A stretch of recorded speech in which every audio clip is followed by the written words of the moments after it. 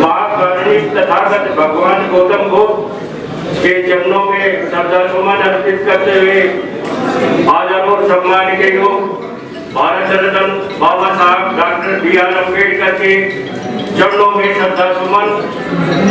आज जो ये मंचासीन जो जितने भी लोग हैं, मैं सबको समय कम मिला है, सबका आदर करता हूँ। मेरे सामने जो लोग बैठे हैं, जो सुन रहे हैं, वे बहुत धन्यवाद के पात्र हैं, क्योंकि वो हम सब की बात जो भी जैसे बोलता है सब सुन रहे हैं।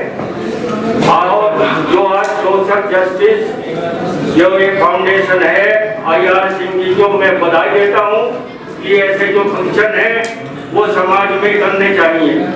आदरणीय साथियों, भगवान बुद्ध के बारे में और डॉक्टर बी.आर. अम्बेडकर जी के बारे में सब जानते हैं, लेकिन हम जानकर भी अनजान बने हुए हैं।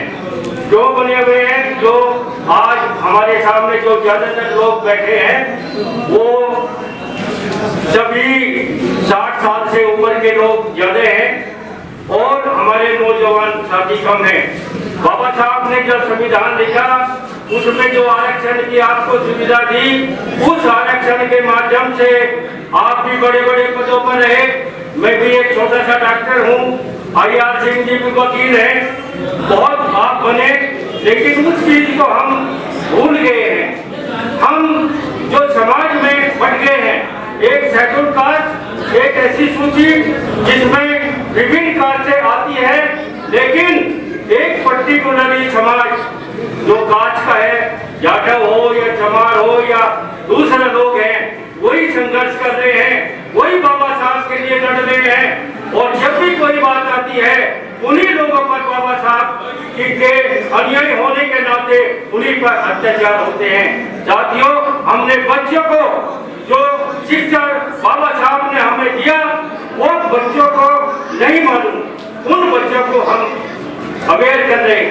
आज साथियों, हम उम्मीद करते हैं कि हमें पूरा का पूरा समाज जो स्वर्ण समाज है वो हमें गले लगाए, लेकिन ऐसे कितने लोग हैं जो अपने से नीचे को देखने का काम करते हैं।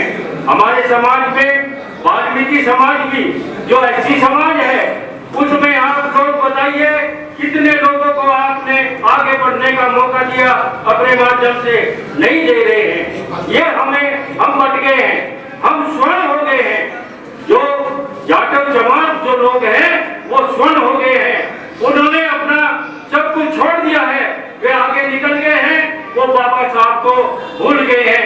ये तो हमारे योद्धा हैं कुछ जो बाबा साहब के प्रति वो रखते हैं। I.R. सिंह जी बार बार जो हर जगह ये हर फंक्शन में जाने का काम करते हैं।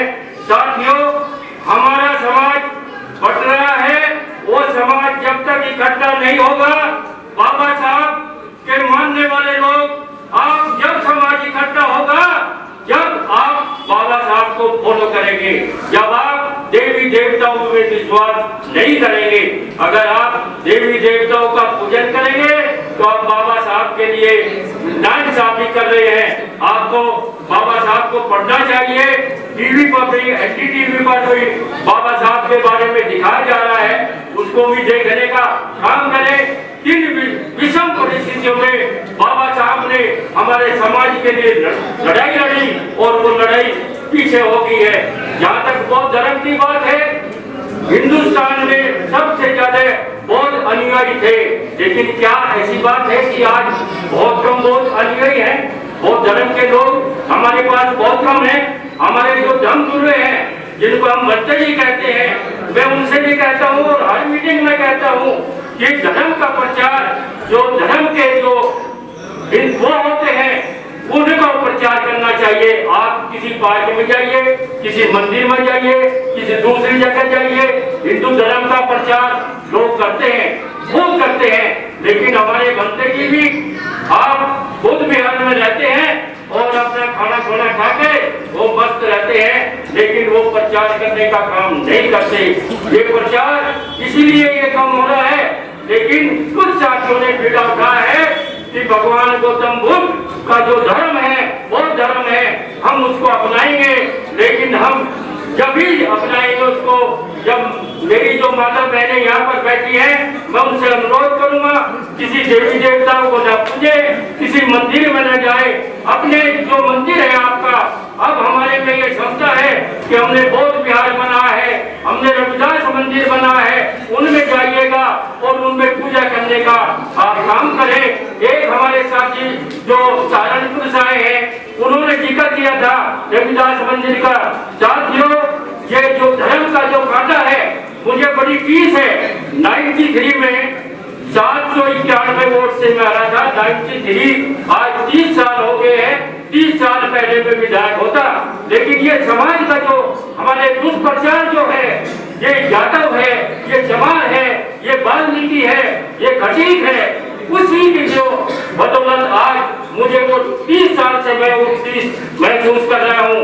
साथियों, अगर आपको एक होना है, आपने एकता का परिचय दिया है, जब भी धर्म के प्रति या आपके संविधान के प्रति या रिजर्वेशन के प्रति जब भी कोई बात हुई है, आप सभी करते हुए हैं, लेकिन जब बौद्ध धर्म की बात आती है, हम भी करते नहीं है। और ये हमें यहाँ से कुरान लेकर जाना पड़ेगा, चाहे 2 आदमी भी कुरान ले कि आज के बाद में मैं किसी मंदिर में नहीं जाऊंगा, मैं बाबा साहब की पूजा करूंगा, मैं बाबा साहब के जो पंचशील है उसका अनुसरण करने का काम करूंगा।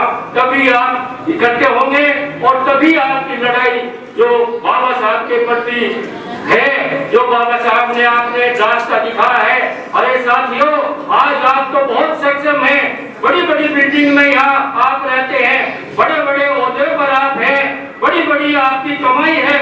बाबा साहब के पास तो कुछ भी नहीं था, लेकिन उन परिस्थिति में बाबा साहब ने संघर्ष करके आज हमें यहाँ तक बढ़ाया है, तो उसकी आप कदर करो।